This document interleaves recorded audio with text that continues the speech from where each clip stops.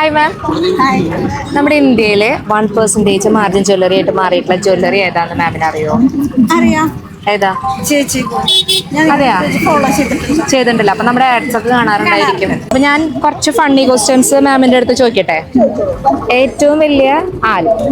Hartal. Hartal. Okay. ഏറ്റവും വലിയ net? Internet.